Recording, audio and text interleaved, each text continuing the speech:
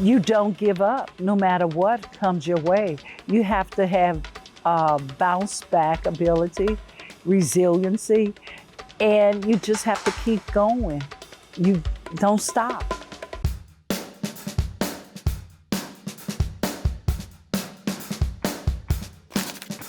Welcome to Project Tumbleweed, a real-time documentary about life in America during the pandemic. My name is Scott Henderson, aka Scotty Hendo, and I'll be your guide. COVID-19 has turned life upside down and exposed old, unhealed wounds. It's becoming apparent that we have a long ways to go before we get through this. I'm traveling the country to meet with people of all stripes to learn how they're adjusting to these new realities, so that you can learn lessons to apply to your own life. In this episode, we will follow the Missouri River as it flows from Kansas City to St. Louis to meet a startup founder, community builder, family practice physician, preschool teacher, pediatric pulmonologist, and a newly elected mayor. Before railroads, automobiles, and airplanes, the riverboat was the fastest way to travel, especially for those seeking new lives in the American West. Because of its access to two major rivers, Missouri was the jumping off point for many of the frontier trails, and the beginning and end point for the Lewis and Clark expedition. As the western and eastern bookends of the Show Me State, Kansas City and St. Louis offer plenty of lessons for those eager to build a brighter future, even in the face of the pandemic. I run the market base. It is a software company created to help small business owners. It supplies them with marketing teams. The biggest challenge throughout the pandemic is staying calm and positive. I can say all day, I'm so positive and glass half full, and I typically am. But when you're operating in a sense of panic, or when you're operating without any way to really plan for the future, it can create some instability mentally. It can create some fears and anxiety about what comes next, yet still trying to operate as if everything will be normal a month from now, 3 months from now, a year from now. If I had to leave Kansas City tomorrow, I think the thing that I would miss most is the community. The entrepreneurial ecosystem that exists here is, if not the best, one of the best I've ever seen and been a part of. And I just feel super lucky. And I know that my company personally probably wouldn't have grown as fast as it did if I wasn't in Kansas City. You know, I grew up in the Midwest in Indiana for a good amount of time, so I'm really familiar with the pace. And I wanted that big city living, small town, community. And Kansas City really has that. And I just felt super comfortable here. It felt like home immediately. So I'm the CEO of Startland. We're a 501c3. It goes back to the Kansas City Startup Village, first neighborhood that got Google Fiber, and really just what ignited my passion to build Kansas City into a more entrepreneurial city. Being a community builder, so much of what we do is about creating that human connection, and that's what I thrive on. That, having a kid and, she's changed so much in 5-6 weeks now.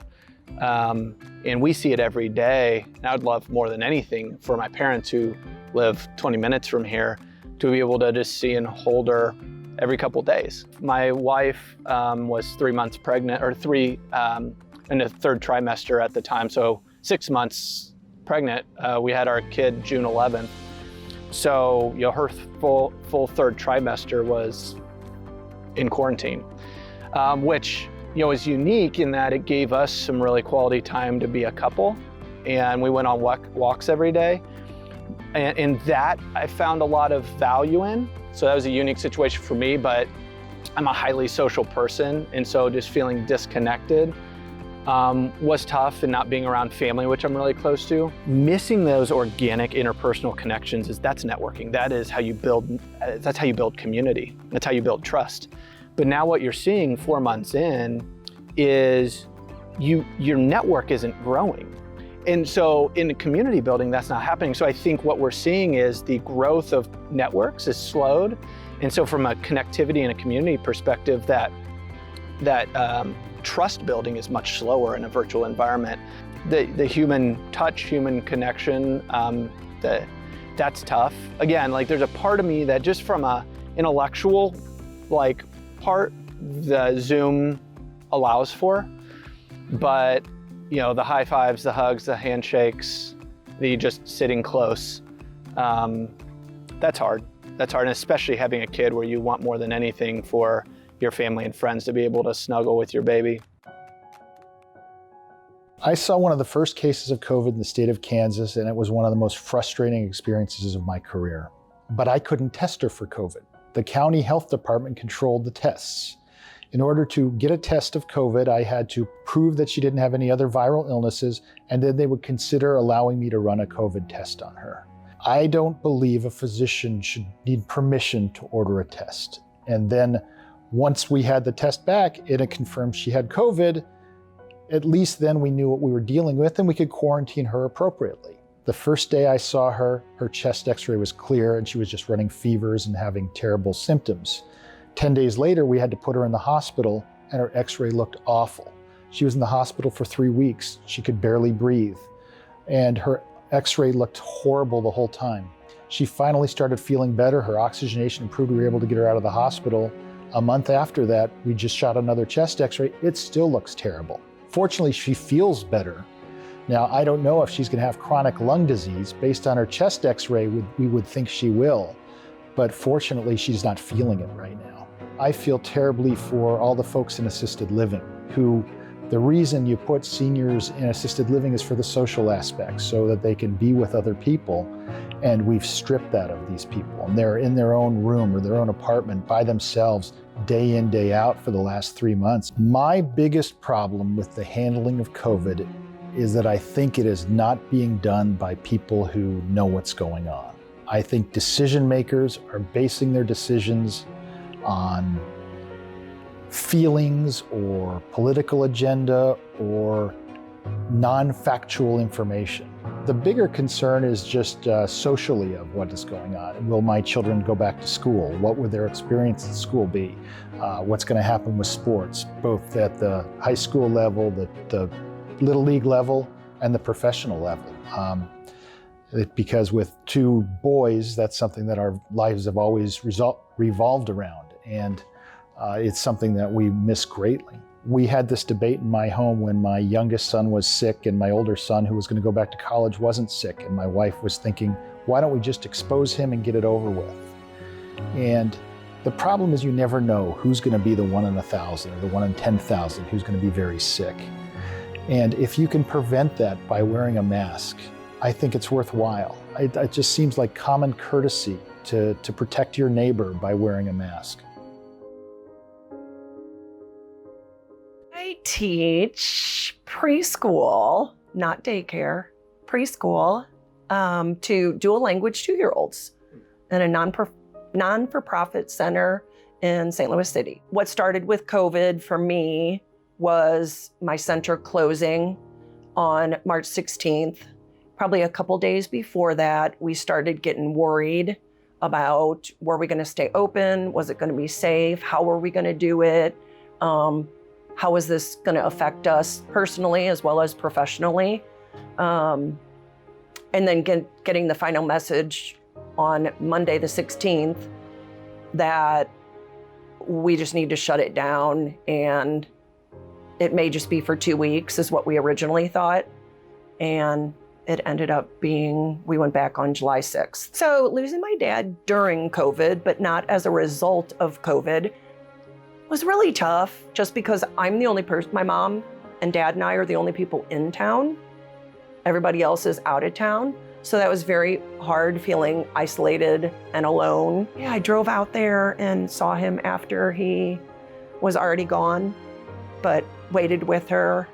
And wow, it was such a tough thing to go through and see. And like, I didn't know how I was gonna react or what to do, and not knowing what to do. Like, fearful that I was doing the wrong thing, but then knowing that who cares? Funeral homes were not open.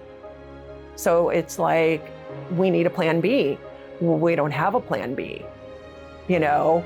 And seeing, that was probably the thing that my mom and I cried the hardest about, is that feeling like we were doing him justice and doing the right thing by, we're Catholic.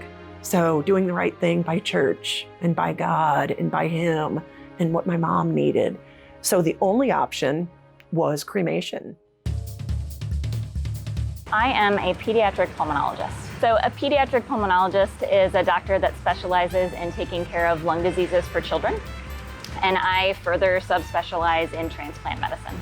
I think the biggest challenge has been learning how to juggle my time in a way that is different than what I had been accustomed to doing. I think everything was much more sectioned before this, like there was personal time and there was work time, and it was a little bit easier to parse those two out. And now everything is all jumbled together and everything is mixed, and we have to mix personal time and work time in together. And I did not anticipate that at the start of this year that we would be experiencing a months to likely years long pandemic. Medicine sort of trains you to respond to emergencies. And so at the time, initially, it didn't feel all that stressful or even all that frightening to me. I think we just sort of saw a problem and started addressing it. It has been very interesting being a mom and a physician and all of the other hats I wear during this pandemic. I think, I try very hard in normal times to sort of separate those two things. I'm not my kid's doctor, and I try, I wear my physician hat at work and I wear my mom hat at home.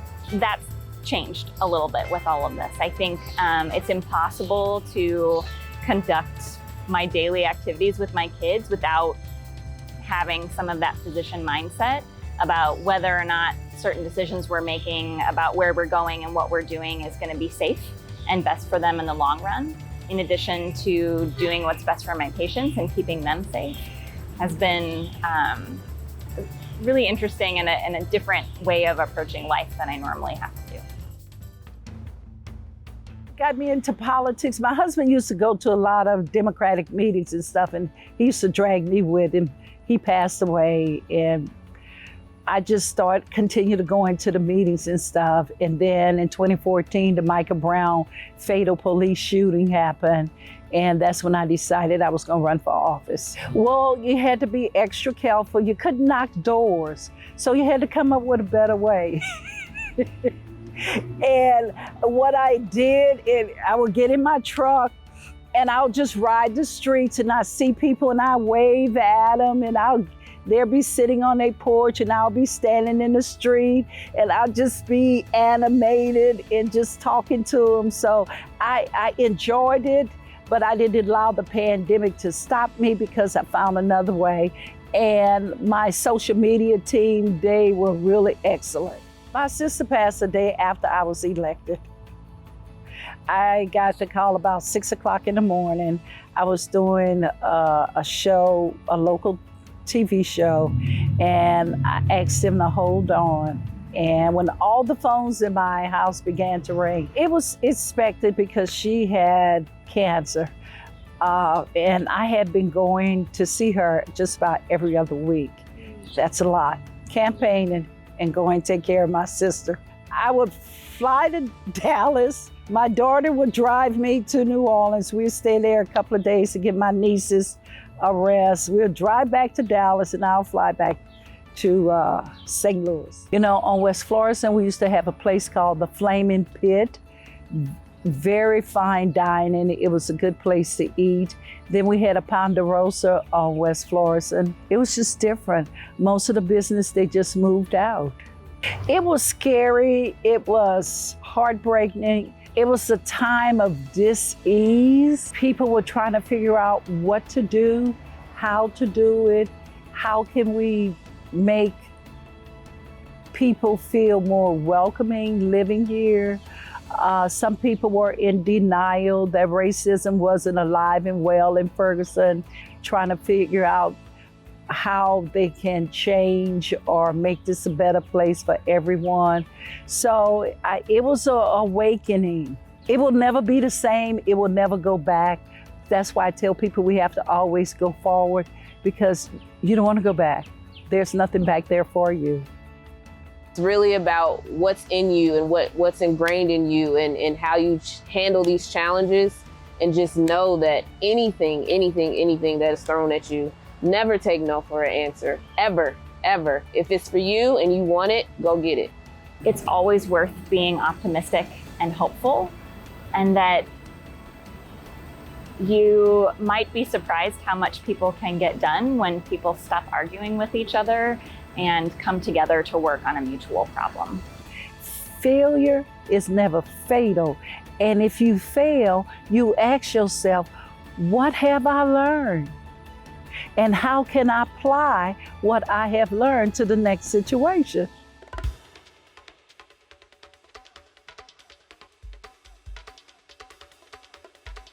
All these miles and conversations have helped us uncover lessons from the past and the present for how you and I can remain resilient in this time of uncertainty. Hope is a powerful force in the human heart. Hope for a better life is something that will help us overcome the inequalities and disparities that COVID-19 has laid bare. Coming together to find what we share in common, instead of seeking out and inflaming our differences, can fuel this hope. What these conversations make clear is that resilience lives inside of us. Each of us need to play our unique role to help each other so we can one day pass on the lessons we have learned to fuel the hope of the next 7 generations. That brings us to the end of this episode. In the show notes below, you can find links to the full-length rough cut interviews of everyone featured here. There's a treasure trove of insights for you to discover. If you like this episode, please leave a comment and share the link with your friends.